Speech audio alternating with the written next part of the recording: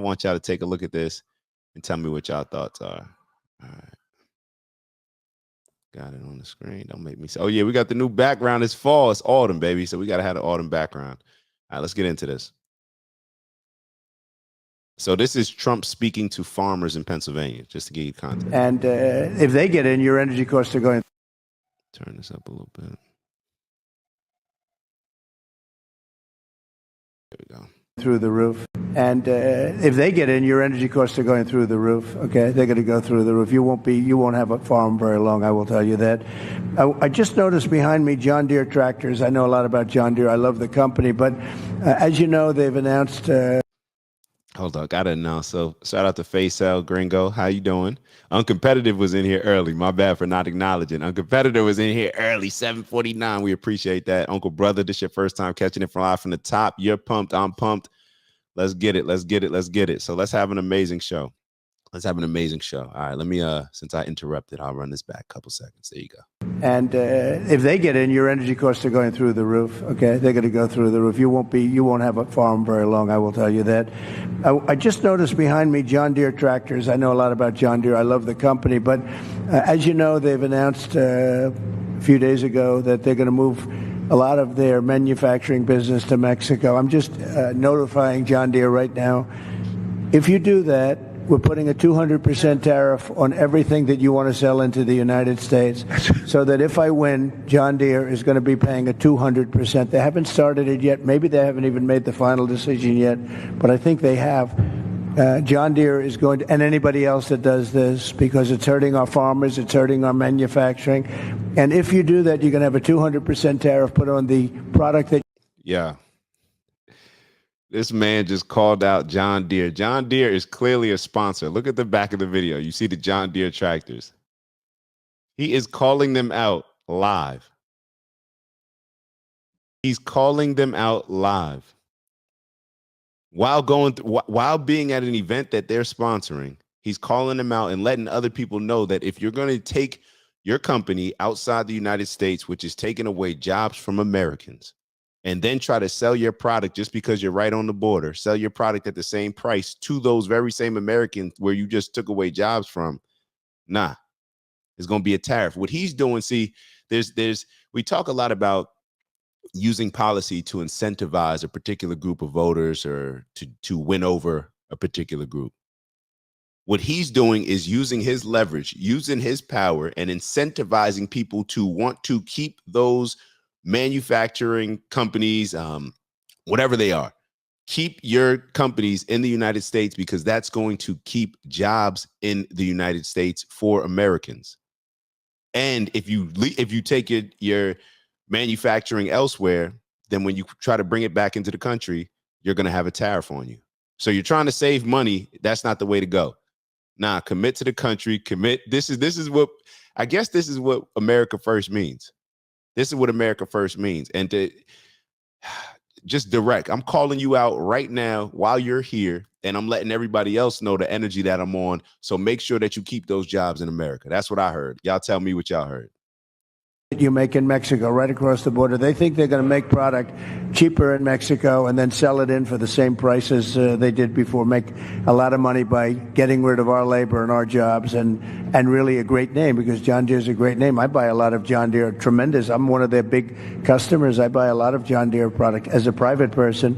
But if they're going to do that, we're going to put a 200% tariff on everything that they want to send back into the United States, which means one of two things. Our country's going to make a lot of money, or they're not going to build, they're not going to open, and or they're going to sell it to another country. They're entitled to do that.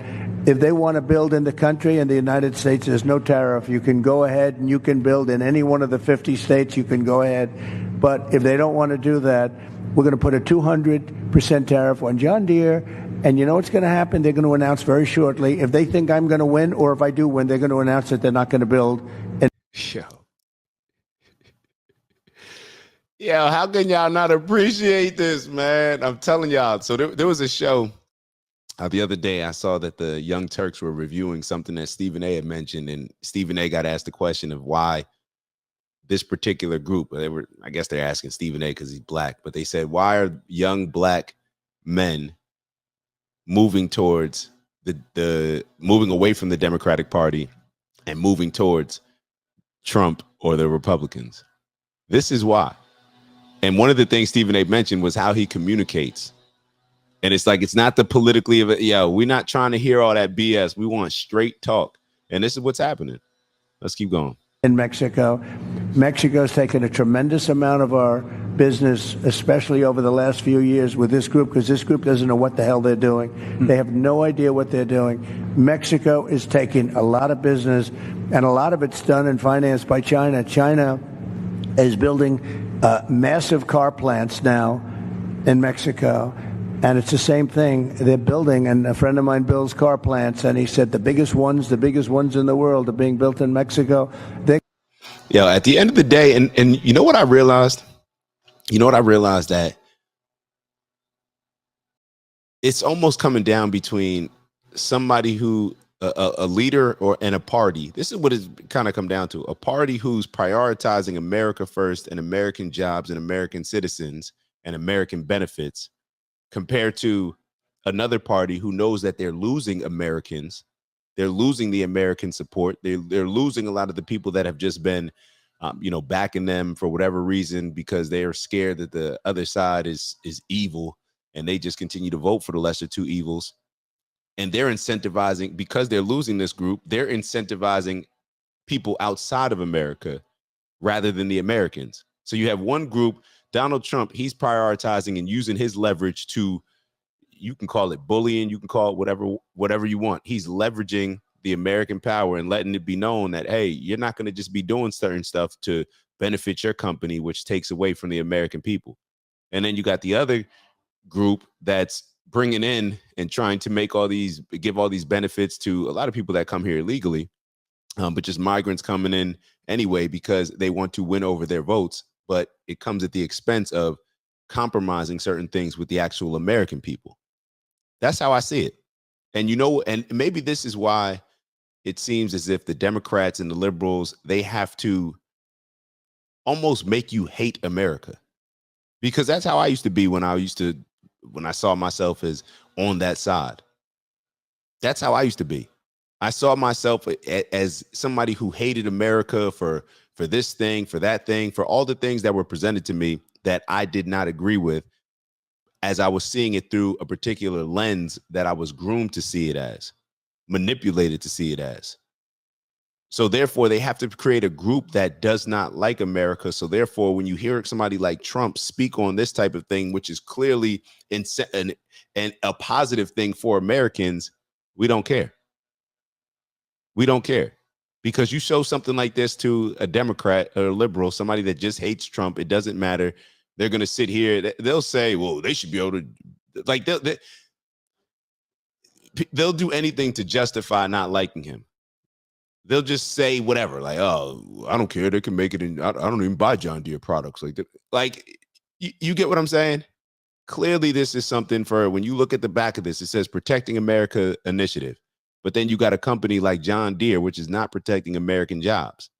So Trump standing on business, Trump letting it be known, and he's talking his little ish while he's doing so. Like, yeah, y'all heard that announcement. Well, after I'm saying what I'm saying now, wait till the next announcement that you're going to hear that now they decided to stay in America and keep those jobs in America. Like, come on, bro. They're going to put Detroit out of business. They're going to put car manufacturing out of business in the United States.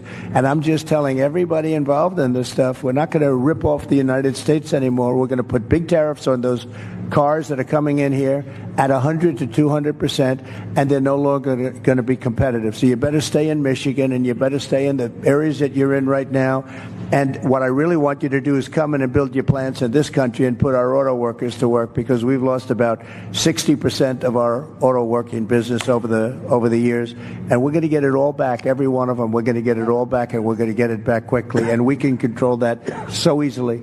So if they're building those plants in Mexico, which they're starting, if they're building and they wouldn't have done it with me, but now I guess they figure when they started, it was a little while ago, I guess they didn't even know I was going to run. They weren't too happy when they heard I was going to. But they're going to have to pay a tremendous tariff, which means two things. They're not going to build the plant if it's not too late. They're not going to build the plant. This country is going to make a lot of money.